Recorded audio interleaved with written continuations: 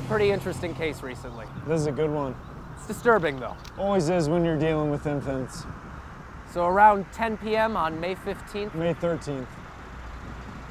Yeah, May of this year, we had a vagrant walk straight into a young family's home, hop up the stairs, and cut the head off a couple's 6-month-old son. Right in the crib where he slept. It was awful. The parents, I went to high school with the mother. Yeah. You know, they were watching TV and they didn't even register anyone come in until the perp was already up the stairs. Front door was unlocked. Everyone forgets to lock their front doors around here. Yeah, but they must hate themselves something awful for it now. It's true. Anyhow, father grabbed a baseball bat, ran up after him, just beat him to death when he saw what he did. None of us could blame him for it. Oh, we still had to process him, though. Yep, law is the law.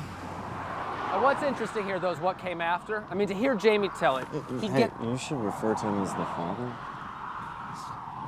You're right. No, I'm sorry. To hear the father tell it, he gets to the top of the stairs. He hears what's going on. Awful noises. He bursts into the baby's room, and the perp drops the knife immediately, but he won't let go of the severed cranium. The head. Yeah.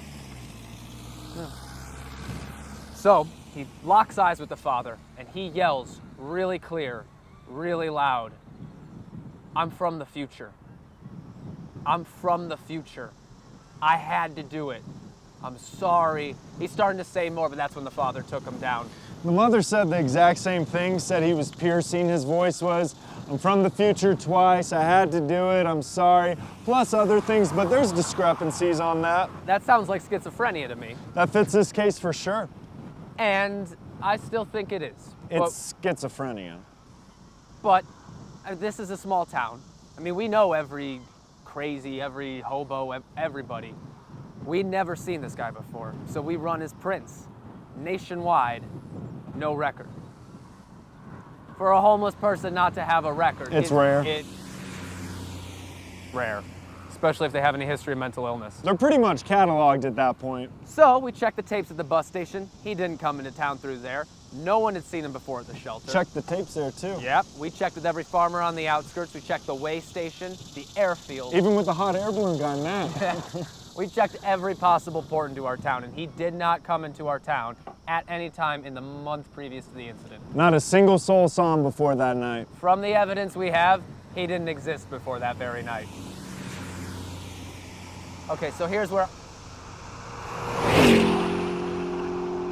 How fast was he going? I don't know, I didn't catch it.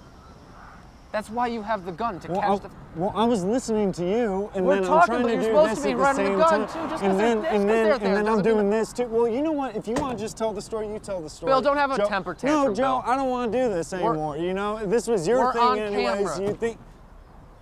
Can you unlock the door? No. Joe, unlock the door. Quit acting like... You know what? Fuck this.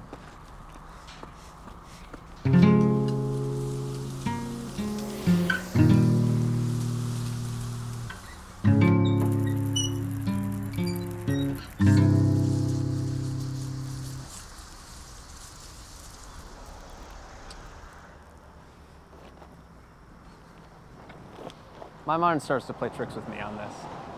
Because he can't be from the future. We looked into it. I think it was Stephen Hawking. Stephen Hawking, yeah. Stephen Hawking proved it was impossible to travel back in time. You made a strong case of that for sure. So right there, it's settled. But the trail's gone cold. I've got nothing more than a dead infant, a devastated family, and 4 sentences some dead man spoke to go on. 3 sentences, 1 twice repeated. And I wouldn't be doing my job if I didn't consider every option. So let's just pretend. Just what if for a Dangerous second. game. No, and he most likely was schizophrenic. I'm not pushing logic away.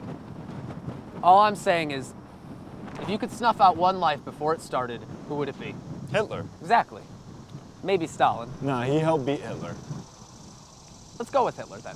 Someone supremely awful. The bad guy of all bad guys, right? That's someone worth going on a suicide mission to stop, Yeah, right? it'd practically be an honor. Well, our John Doe was singular in purpose. He was focused, like he was on a mission. And once he done his deed, he didn't put up a fight. He didn't have much of a chance. Jamie went ape shit on him. The father. Right. All right, but even so, he was specific. This baby. And the way he held onto the head. Barbaric. He saw the baby as his enemy. Like the Terminator. No, exactly. That's it, exactly, like the Terminator. I'm not apologizing for what he did. I'm not even trying to rationalize it. All I'm saying is, I used to know with absolute certainty that if I could go back in time, stop Hitler before he did what he did, knowing full well who he'd become, I would do it with absolutely no reservations or moral murkiness whatsoever. Now I'm not so sure. You wouldn't kill Hitler? Not before he did what he did. Not to save 6 million people. So the answer to that question is, of course I would. No, but to John Doe's mind, crazy or not, that child was the next Hitler. Maybe worse. And he was doing humanity a favor. Are you comfortable calling that dead little baby Hitler? God, no. Neither am I. So what would you do instead? Instead of killing baby Hitler? Yeah. I'd go back in time, stop the man before he blew his brains out. I'd make sure he stood trial and answered for his crimes. Or I'd disrupt pro-Nazi sentiment in the beginning. No, that would have been difficult. Germany at that time was not in a rational political Okay, well, climate something, because but after not the something Treaty of like Versailles, this. Not kill a baby, not unless it was an absolute last resort. Maybe it was.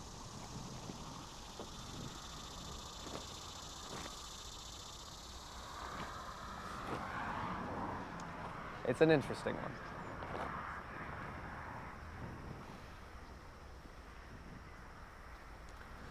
He was probably just some crazy son of a bitch, though. Yeah. Shame.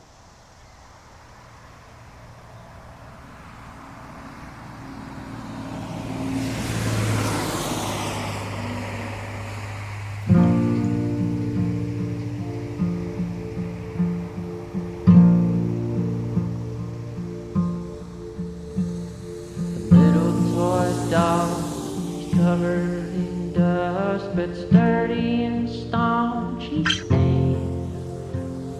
The little toy soldier is red with rust, and his musket molds in his hand. Time was when the little toy doll was new, and the soldier was passing fair. And that was the time